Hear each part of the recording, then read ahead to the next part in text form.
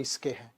How many distinct 8 digit number can be formed by rearranging the digits of the number such that odd digit occupy odd position and even digit occupy even position।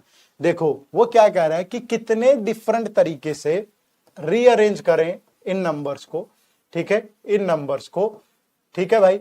अब अगर मैं position की बात करूं तो ये पहली position है, ये दूसरी पोजीशन है, ये तीसरी पोजीशन है, चौथी पोजीशन है, पांचवी, छठी, सातवीं और आठवीं पोजीशन है।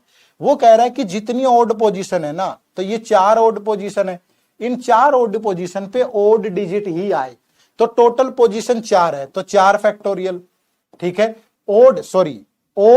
ओड नंबर कितने हैं? 1 1 1 1, ओड नंबर भी 4 ही है तो 4 फैक्टोरियल। लेकिन ये रिपीट हो रहे हैं बच्चे, तो इसलिए इनको किससे डिवाइड करेंगे? 1 1 2 टाइम आया तो 2 फैक्टोरियल, इनटू यहां भी 3 2 टाइम आया तो 2 फैक्टोरियल।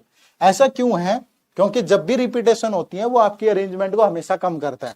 जैसे मैं कहूं कि आपको कि एक ये लेटर है, इसको लिखना है आपको यस, तो आप इसको 6 तरीके से लिख सकते हो। यस लिख सकते हो, वाई एस ई लिख सकते हो, ई एस वाई लिख सकते हो, ई वाई एस लिख सकते हो, या फिर एस ई वाई लिख सकते हो, या एस वाई ई लिख सकते हो। लेकिन मैं कहूं कि आई को लिखो, अब आई को इतने तरीके से नहीं लिख पाओगे क्योंकि ई रिपीट हो रहा है, तो या तो आप इसको आई लिख सकते हो, या आप वाई डबल ई लिख सकते हो, या फिर डबल ई वाई लिख सकते हो, बस। क्योंकि जो रिपीटेशन होती है ना वो हमेशा नंबर ऑफ अरेंजमेंट को कम कर देती है, तो इसलिए यहां रिपीटेशन हो रही है तो डिवाइड होगा।